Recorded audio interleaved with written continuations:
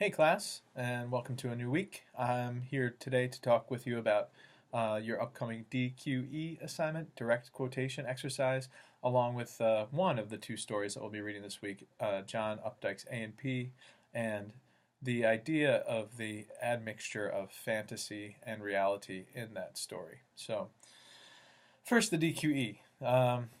There's not much to this assignment, but I figured I would explain it to you here so that you have a better understanding and you can feel confident that you're doing it right.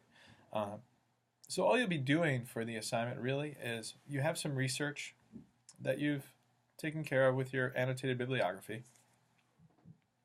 and you have primary work that you're looking at, whatever story or stories you're looking at. So you're going to take one quotation from the story, some passage that you think is going to be interesting to use in your essay, and then you're going to take a quotation from each of your secondary sources. So whatever scholarly articles you dug up regarding the works, you're going to find a quotation or a passage that speaks to whatever you want to say.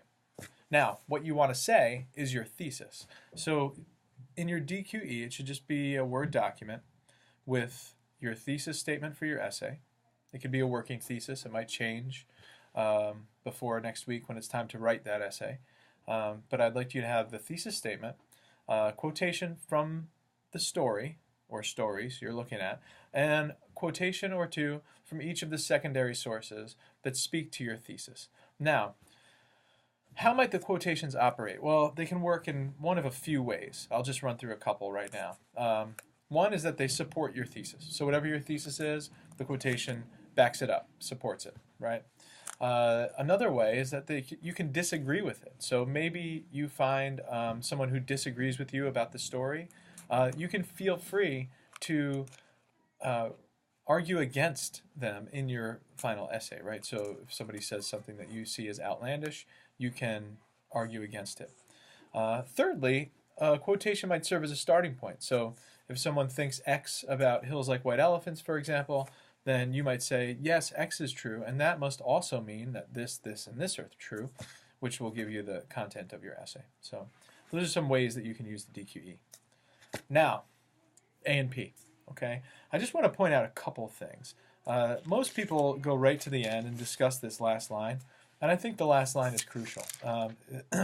It's this: my stomach kind of fell as I felt how the world, my stomach kind of fell as I felt how hard the world was going to be to me hereafter. And people usually ask the question, why is the world going to be hard to Sammy now that he's made this decision to quit his job? There's many hypotheses on this, whether he realizes that he is kind of led around by his libido, or whether he realizes that he sort of stands up for something. How noble are his intentions when he quits? He does say that he quits because L'Engle, quote, made that pretty girl blush, unquote. So we do get kind of a sense that maybe his motives are more righteous than they appear. You might also see that right after the story, Updike has mentions that he had some positive intentions regarding Sammy's motivations in quitting his job. But I think there's also some baser stuff going on here regarding. Sorry, there's some noise outside my office. There's some baser stuff here going on inside Sammy's head, and that has to do with his ability to fantasize. He's constantly making fantasies. These girls come from a world that he is totally unfamiliar with, and so he makes up what he imagines their lives to be like. When they come up with the herring snacks, he says this. Her voice kind of startled me, the way voices do when you see the people first, coming out so flat and dumb, yet kind of tony too, the way it ticked over pick up and snacks. All of a sudden, I slid right down her voice and into her living room. This is where it gets interesting, right? Her father and the other men were standing around in ice cream coats and bow ties, and the women were in sandals, picking up herring snacks on toothpicks off of a big glass plate, and they were all holding drinks the color of water with olives and sprigs of mint in them.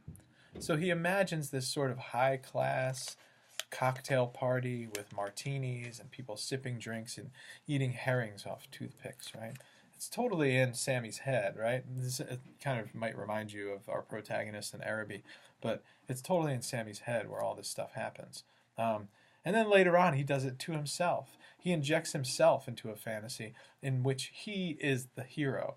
Of course, it's a total failure, but there is evidence in the text that supports this idea that this is how he sees himself. So just going to read you a couple passages. First is when he says, the girls, and who'd blame them, are in a hurry to get out. So I say, I quit, to L'Engle, quick enough for them to hear, hoping they'll stop and watch me. Their unsuspected hero. He wants to be seen as their hero. Now, if we really believe Updike and think that he's totally noble in this pursuit of quitting, for some feminist reason, as Updike says, we may question his motives when he says that he wants to be seen as their hero. But in his defense, he does say to L'Engle, you didn't have to embarrass them. So that suggests that he's sort of standing up for them in his own little way of protesting. But he then goes on to say that once he says that he agrees that he'll feel this for his whole life, he goes on to say, one advantage to the scene taking place in summer is I can follow this up with a clean exit. There's no fumbling around getting your coat and galoshes. I just saunter into the electric eye in my white shirt that my mother ironed the night before, and the door heaves itself open, and outside the sunshine is skating around on the asphalt. This is how he sees himself, almost from the outside, right? As this heroic figure exiting the building, to save these three girls from the embarrassment that L'Engle put upon them. But what he really gets when he gets out there is no surprise, and it's a hard dose of reality. It's this. I look around for my girls, but they're gone, of course. There wasn't anybody but some young married screaming with her children about some candy they didn't get by the door of a powder blue Falcon station wagon. What he gets is a family with screaming kids in a station wagon. This is the reality.